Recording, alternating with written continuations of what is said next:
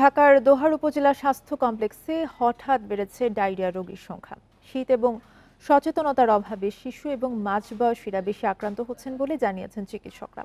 হাসপাতাল কর্তৃপক্ষ জানিয়েছেন, রোববার দুপুর পর্যন্ত জানুয়ারি মাসে মোট ভর্তি হয়েছেন 63 জন রোগী। এর আগে গত ডিসেম্বর মাসে ভর্তি হয়েছিল 143 জন, যার বেশিরভাগই শিশু। রোগীরা শীতের কারণেও বাইরের খোলা খাবার খেয়ে ডায়রিয়া আক্রান্ত হচ্ছে বলে জানিয়েছেন চিকিৎসকরা। এজন্য রোগীদের সচেতন এবং সতর্ক হওয়ার আহ্বান জানিয়েছে তারা। রোগী আমাদের এখানে বেশ কিছু ভর্তি আছে। এর প্রধান কারণ আসলে সিজনাল। শীতকালে ডায়রিয়া রোগী একটু বেশি আসে, আর এর পাশাপাশি যেটা হচ্ছে সচেতনতার অভাব আছে। মারা যথেষ্ট সচেতন না। মেন কজ হচ্ছে ভাইরাস আর কি। তো এটার জন্য আসলে উদ্বিগ্ন হওয়ার তেমন কিছু নাই, এগুলো ম্যাক্সিমাম হোম ট্রিটমেন্টে ভালো হয়ে যায়। তো যদি বেশি সিভিয়ার ডিহাইড্রেশন হয় সেক্ষেত্রে আমরা বাচ্চা ভর্তি দিয়ে চিকিৎসা দিচ্ছি।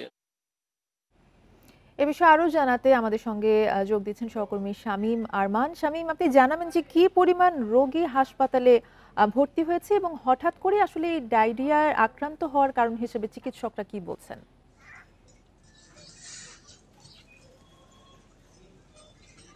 আপনি যেমনটা বলছিলেন যে আমাদের প্রতিবেদনে আমরা দেখছিল মানুষ যে ঢাকার দোহারে গত ডিসেম্বর মাসে কিন্তু 163 জন ডায়রিয়া আক্রান্ত হয়ে ভর্তি হয়ে তারা সেবা নিয়েছেন, এবং এই জানুয়ারি মাসে আজকে 13 যে জানুয়ারি সোমবার এবং আজ পর্যন্ত 72 জানুয়ারি মাসে 72 জন ভর্তি হয়ে তারা সেবা নিচ্ছেন।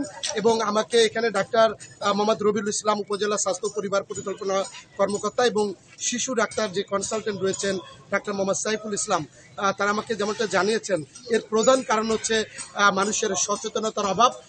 এই সচেতনতার অভাবের কারণে কিন্তু এমনটা সবচেয়ে বেশি হচ্ছে।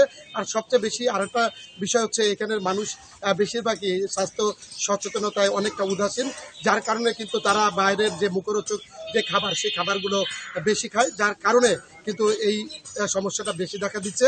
এবং তারা একটা জিনিস বলেছেন যে এর থেকে মুক্তি পেতে হলে অবশ্যই মানুষকে স্বাস্থ্যের দিকে সচেতন হতে হবে। স্বাস্থ্য সচেতনতার বিকল্প কোনো কিছু হতে পারে না, এবং স্বাস্থ্যের প্রতি যদি তারা সচেতন হয় তাহলে এই ধরনের বালাই থেকে অবশ্যই তারা মুক্তি পাবে। তো ঢাকার দোহার উপজেলা যে স্বাস্থ্য কমপ্লেক্সে এই ছাড়াও কিন্তু ঠান্ডাজনিত অন্যান্য রোগে মানুষ আক্রান্ত ভর্তি হচ্ছেন, তার ভিতরে শিশুর সংখ্যাও কিন্তু অনেকটা বেশি।